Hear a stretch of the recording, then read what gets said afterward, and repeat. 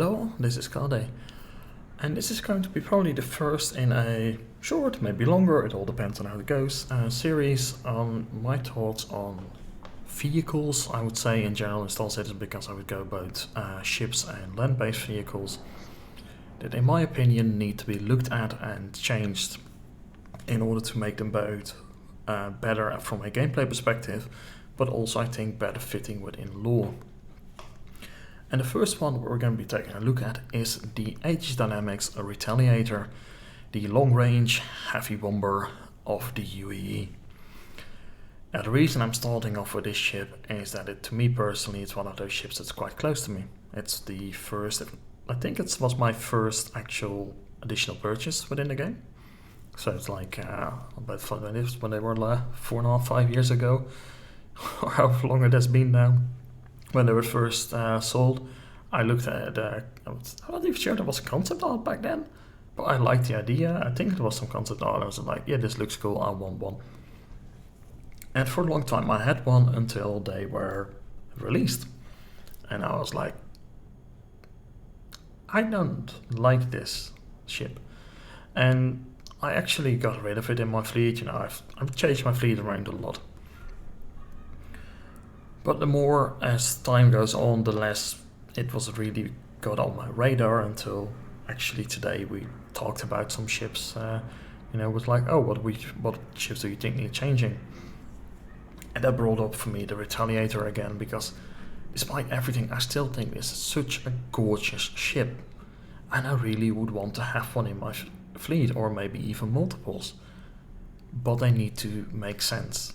And in their current format, they just don't make sense. Because yes, concept art like this looks fucking amazing, but we need to be looking at it. How are they actually going to perform within game? And how do they fit within lore? And sadly for that, we need to look at, instead of just shiny screenshots, we're going to be looking at a screenshot in paint.net, because in here we can draw nice squares and circles on it to help me explain my thoughts on it. Now here we have a nice top-down view of the Retaliator, which is of course a great way to go around with the layout. And we got one here parked, and we have one here in from concept art, I think, in flight. Now there are many issues we can bring up in certain layouts, storage, yada yada yada. What I'm going to do instead is just say, okay, the first issue that this ship has above all others is crew requirement. The Retaliator is listed as needing 6 or 7 crew, which is too much for a ship this size. A Constellation, 3-4 crew for example. A Hammerhead, I mean, if you want to, you can fly that thing with 5, sorry, not 5, 7. So you need to get the same crew in a Hammerhead as you get in a Retaliator. That doesn't really make a lot of sense from an economical perspective, because crew tends to be a relatively expensive part of your military operation, because crew requires training. That's why a lot of military apparatus is focused around crew survivability, because for a lot of nations, getting more trained crews is going to be a lot harder than getting new equipment. Like new equipment you can turn out relatively quickly if you got the industrial capacity. But training new people just takes time. And you can only train so many at a given time, and it's just not nice to replace them all. So you want to use as few crew as that you actually need. Besides the training requirements, it's also cost. They require salaries. They require food, they require bedding, they require medical attention, they require entertainment. It's just annoying to deal with, so the less you have to deal with it, the better. So my first thing that I'm going to be doing with the Retaliator is I'm going to be reducing its crew to 4. Now, why am I choosing 4 crew? Well, there are 2 reasons for it. I could go with 2 crew, a pilot and a weapons officer, and say I'll leave turrets to be completely automated. The problem is that Retaliator is being listed as a long-range vessel, so it could be out there for a couple of days at a time. if you go into wartime, you know, it could very well be that a crew is going to be like on this ship, going to be like flying out there, firing, flying back, reloading, going out there, and rinse and repeat, doing this a lot. If you got just 2 people on board, on a psychological level, it's going to cause a lot of issues. That's the reason why, for example, some tanks that have been designed like, oh, we could do this with 2 crew, it was like, yeah, let's put in the 3rd one because otherwise it's going to go wrong. That's the same reason why we're going to go with 4 crew in the Retaliator, because, well, if we're going to put in additional crew, we're better off with 4 than with 3. So what are we going to do with our crew? Well, we are going to need a pilot. So he's going to be sitting up there. Yeah, let's give him a nice circle. You know, here you are, Mr. Pilot. Your job is to pilot the ship. Brilliant. That's all you're going to be doing. Nothing else. You'll have no weapons. Like no guns, no torpedoes, no nothing. Your job is to fly the ship. Now you could probably have a system where they could you know, slave the weapon system controls to the pilot in case of, you know, emergencies and things like that. But in general, the job of the pilot is going to be to fly the ship. Now behind the pilot, we are going to be putting a weapons officer. The duty of the weapons officer is to take care of the payload, whatever that may be. We'll get back on that later. Finally, we are going to be needing a pair of gunners. And we're going to be using this top turret. So we're going to have 1 gunner there. And we're going to keep 1 gunner here in the bottom turret. So top turret and bottom turret, we're going to keep our gunners there. That means we are going to be eliminating the rear turrets. Why are we eliminating the rear turrets? There are a couple of reasons for it. Number 1, they have shit firing arcs. Like, that's a simple fact. They've got really, really terrible firing arcs because all of this aerodynamic surfaces are getting in the way, as well as the ship itself in part way. So they take space. They require crew, or we need automation for them, but in the end, they are just not all that suitable. Follow me. Not all that suitable. But there is another reason for it. If we're looking at a gameplay perspective, if we remove the turrets on the rear of the Retaliator, it's going to create a fairly obvious weakness of the Retaliator. Namely, if you attack it from behind, and especially close behind. Because keep in mind, these 2 turrets will still have a fairly reasonable chance of shooting anything that's a somewhat of a distance behind the Retaliator. So it requires you to be actually getting in relatively close in order to dive under its guns. From a gameplay perspective, this means that this ship is going to be flying at you like this. You know, it's going to come towards you. So if you need to, you know, if you're part of a fighter patrol to protect whatever you're protecting, and you want to engage the Retaliator, and you don't want to fly through its turret fire, you need to go around it, you know, take that extra time, then flip around and go and burn after it to attack it from its weakest area.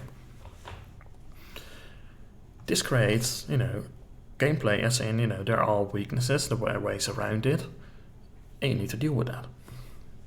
Now, because we're going to be reducing the turret count, we are going to be upgrading the weapon count on these turrets. Now, there are 2 ways to go. You could say, like, let's go from size 3s to size 4s, which is one way to look at it. The problem with that is, you know, the duty of these turret operators is not to kill anybody.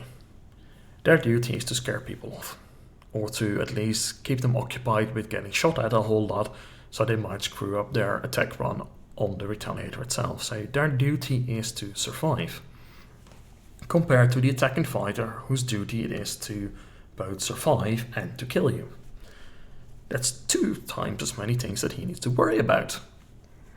So instead of like going big guns, no, I can kill you very easily, we're gonna go with lots more DACA. So instead of going with 2 size 4 weapons, we're gonna go with 4 size 3 weapons on here. And I would probably mix like 2 energy weapons and 2 ballistics weapons in there, both of a repeating or Gatling variety. The goal here is to just put out a lot of firepower into space, making anybody that wants to attack you think twice about doing so, because they have seen a lot of firepower coming in their way. Now again, going back to the gameplay perspective, these things are known to be lore-wise operated in groups. So if you're in groups and say you're being attacked and you don't have an escort, you could of course say like, oh no, they're gonna be attacked from behind and they're gonna get destroyed. But then you're forgetting we are in space. So what do you do in space? Well, if I'm getting attacked, I don't have an escort, I need to scare off those people that are attacking me, which means I want as accurate as fire as possible to land on those targets. So I'm in a relatively big ship, I'm not going to be dogfighting them. So as the pilots, your job is going to be to provide your gunners with a very stable platform. So what you can simply do is get a couple of them in the formation. You say everybody's, we just start to drift, same direction, and a couple just flip around 180 degrees. Now suddenly I've got firepower in all directions. And hopefully that's going to be enough to deter any attackers. Of course, if the attackers are numerously or powerful enough, then you're screwed, but hey, that's always going to be a case in there. The key point being is we are creating a thing that creates interesting gameplay, and also lore-wise it still would make a lot of sense. You're looking at, and you could even put this in lore from going from a imperial to a democratic system. Like, probably in empires, like, they could get away with spending insane amounts of money on the military. If you're going to be looking in a democratic system, that tends to be a lot more looking at it and be like, can't we do it cheaper? Having less crew, less trained people around, as I said before, it's going to be a lot cheaper because you don't need to support all of them. So you could simply say, like, we could redesign this ship, we can do this and we can do that. We need less crew for it, we don't lose a lot of ineffectiveness, and maybe in some ways you could argue we could gain some. End result is we'll have 4 crew on board, and this has a nice additional bonus, because you may notice that all of our crew is going to be located in a very small section of the ship, namely here. So let's go a bit light or something, there we go. So all of our crew is located in this section of the ship, which means that everything else behind that we can use for the most important job of the Retaliator, bringing in a lot of ordnance. So what we'll have here, of course you can have part of this will be slightly below here, but we can have several ordnance bays. Now you may notice that I'm calling these ordnance bays and not torpedo bays, and that's very simple and very important. I believe that a Retaliator should be able to carry 3 types of ordnance. The torpedoes it currently has, missile racks of various missile sizes depending on what you want to put on there. So it could become a very large missile boat, which could make it very useful in fleet screening duties. Like if you're going to be engaging in a fleet, for example, you need to thin out the enemy fighters. If you know that that's what you're going to be doing, you can load up a couple of your Retaliators with a whole lot of missiles and just have them spew out a whole lot of missiles at incoming fighters, which would thin out their numbers substantially, which makes it easier for your own wings to deal with them. And once their missiles are expended, the Retaliators would just bugger out because they've got no more use in staying around. And finally, bombs. They have been introduced with that Hercules variant, and I do think they should be a part of the Retaliator's armament because it makes a lot of sense for a Retaliator to be able to carry simple bombs, because they're going to be a lot cheaper than guided missile munitions, because even guided bombs, I assume within a era of Star Citizen, going to be relatively cheap. And even if you want to keep them more expensive, carpet bombing still works. Like, sometimes it's cheaper to carpet bomb something than to use precision ammunitions, simply because the cost of precision ammunitions. Whatever you're going to be choosing, you've got 3 bays, so you could mix and match whatever you want, or you could go full load for one thing, or you could say, like, for example, if you're in a fleet screening duty, you could have that you have 2 bays of torpedoes and 1 bay of missile racks. So you would be launching your torpedoes against enemy capital ships, and you would have those missiles to launch at enemy fighters. You could even use that sort of a layout if you're going to be sent out on a strike mission against capital ships. Because, you know, they're going to be scrambling fighters to go after you. You can launch a whole bunch of missiles at those fighters, again, deter them from attacking you. And, you know, if you're lucky, you can destroy a few, but that's a secondary objective in that case, which should make it easier for you to line up your torpedo run and launch those torpedoes. Of course, a added bonus of doing this is that we have a lot more space inside the ship to be using for all of these weapon systems. Like this front bay, for example, you could expand it probably a little bit in this direction, so, and the same as well with this aft bay. So the aft and front bays could be larger, and the central bay would be smaller. Now, of course, you still want some access to the rear of the ship if you need it for, say, emergency repairs and things like that. And I think you could simply use these flowing lines on top of the hull here to perhaps hide some crawl spaces in, which a crew member could use to crawl in the back here and gain access to something for some emergency repairs. I mean, you would not really be needing to doing a lot of, you know, really serious repairs, because, well, these ships, if they're really going to get damaged in an attack, it's probably after they've launched all of their weapons and they're going to be on their way back.